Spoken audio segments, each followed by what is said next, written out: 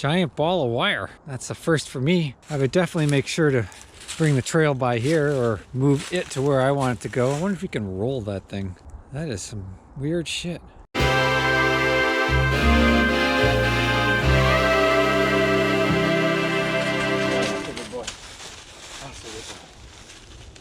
Hello and welcome to Trail Building 101.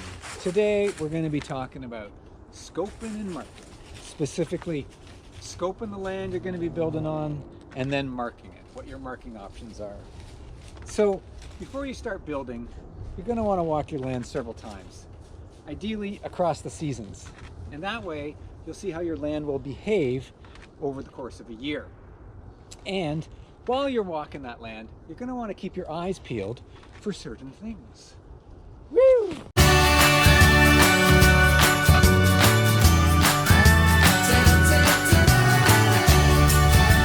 Good boy. Yeah, like water. Water is the enemy. It is not your friend. And you're either going to need to avoid it or navigate it.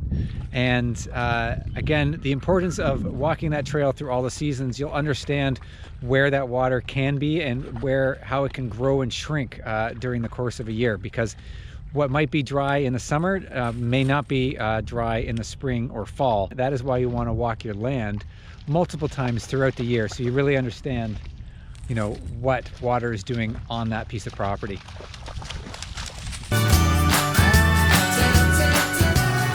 And one of the biggest things you should be keeping your eyes peeled for when you're walking your land are contours. They are what make mountain biking, and they're also what make mountain biking fun. They are really the heart of mountain biking. And check out these contours on this land. Very sexy, dare I say it.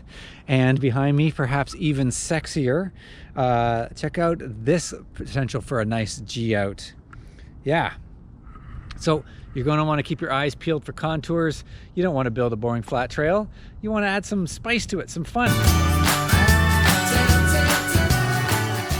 Also keep your eyes out for moments of joy, like big, beautiful trees, like these three right behind me.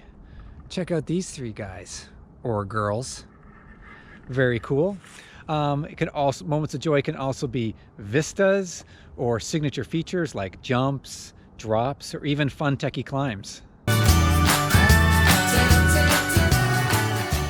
Finally, be on the lookout for building materials. Things like rocks, big stumps, or here in the dawn, things like that, a piece of pipe in some concrete, or look at that, a telephone pole.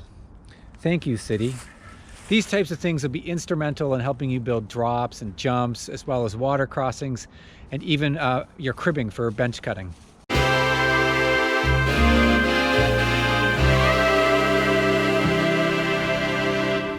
All right, so you've walked your land, you understand it intimately, and you're ready to mark it. And for that, you've got options. And it really depends on your circumstances. The classic, of course, is flagging tape. This comes in rolls. I just teefed this from some trees nearby that the city had left up. The city does a great job of just leaving things up there forever. So flagging tape's great. It's perfect for visibility. However, it's also terrible for visibility if you want to do things on the DL. Now, of course, this is the classic high-vis orange. They also make it in all the colors of the rainbow. Yay! Including green. Still pretty visible. One of the reasons why it's visible is, you know, typically you flag it, you know, shoulder, head height, and that's where everybody's always looking. When you're looking straight, that's what you're looking at. So again, if you want a high vis, this stuff is great. I never use this. Pin flags. These again are left over here in the dawn because a lot of people just treat it as a dump. Pin flags are great. It's what I started with when I started marking trails. Again, the issue here is it's high vis. You know, these are very easily seen, although of course, you know, they make for great markers for jumps, so I do still use these for that. But the one strike again, well, the second strike, because the first one is high vis, the second strike would be they're easily removed. So just like the flagging tape, somebody can come in and rip it down. Someone can just pull these out and walk away with them, That's what I did with both of these things. So proof is in the pudding. My preferred method are paint markers. These are what the kids use for graffiti. They're wonderful tools for that, but they also make pretty handy trail markers. And you can actually do a bit of a system to tell you directions and stuff, and I'll show you a little bit of that. But the wonderful thing about these is, again, they come in all the colors of the rainbow. Here I seem to have 2 pink ones. I'm not sure why that is. They are more subtle and they are more permanent. The nice thing about these is that they will last much longer than those should someone not like what it is that you're doing. And there's less likelihood of people seeing what you're doing or even understanding what you're doing. The nice thing about paint markers is this is not what people think of for marking trails. When they see this stuff in the woods, they're automatically thinking, what's going on here? Who's doing this? What, you know, and it's going to, you know, pique their curiosity. The paint markers do not, or, you know, perhaps less so. So I'm going to give you a little bit of a demonstration of what each looks like on camera, so you get a sense of, you know, what it is that you might choose to use to mark your trail. All right, so I just wanted to do a little test, not just for you, but for myself, because I've never actually done this before. But I just wanted to put the flagging tape up beside the pin flags, beside the paint markers, and just kind of see what it looks like from a visibility perspective. Because it's all been kind of theoretical up to this point. So I've got 3 spots marked out for me. One is this one right here. So I got the flagging tape down there. I got the pin flag. I didn't have enough green to do this one. And then I've got it back there. So on that tree, you'll see, maybe you'll see some paint. You'll see hopefully some green flagging tape, some orange, and then the pink pin flag. And then directly behind it, again, there is paint on that tree, 2 different types, as well as the orange and the pink.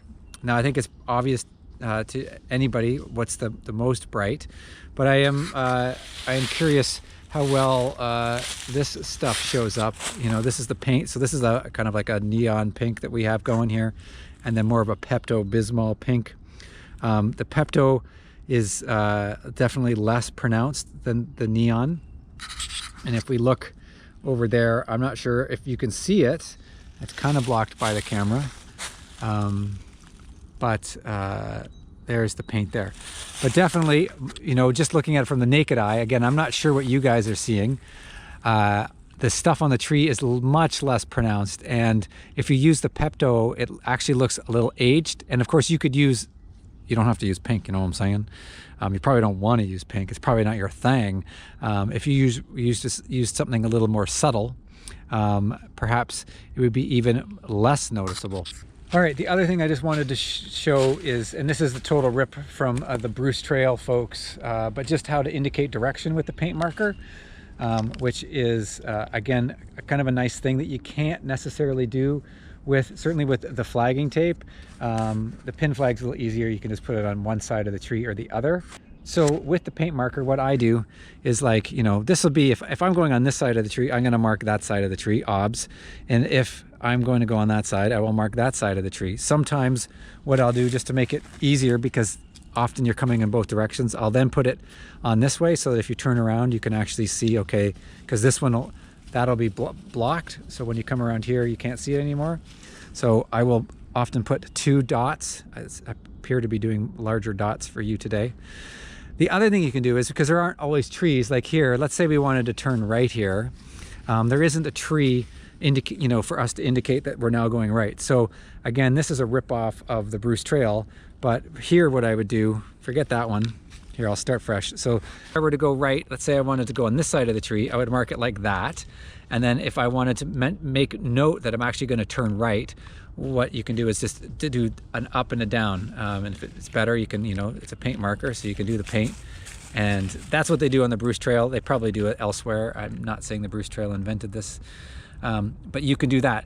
Another thing is, I actually have a little system for where I'm going to put a jump or a double. So if I'm, booting along, I will put 2 side by side, and that means to me, hey, don't forget to put a double here. Obviously 2 dots. You can come up with your own system, but again, I find the paint marker a little more informative than the flagging tape or the pin flags. To conclude, this was kind of the 411 on things to be keeping an eye out for when you're scoping your trail, as well as how to mark your trail. I encourage you to watch more of the videos on my channel or elsewhere. I am not the only source of information. Please let me know your thoughts. If you think I missed something or screwed something up, I'm all ears. And finally, I hope you learned something. Yeah, so thank you for watching. I hope to see you on the trails.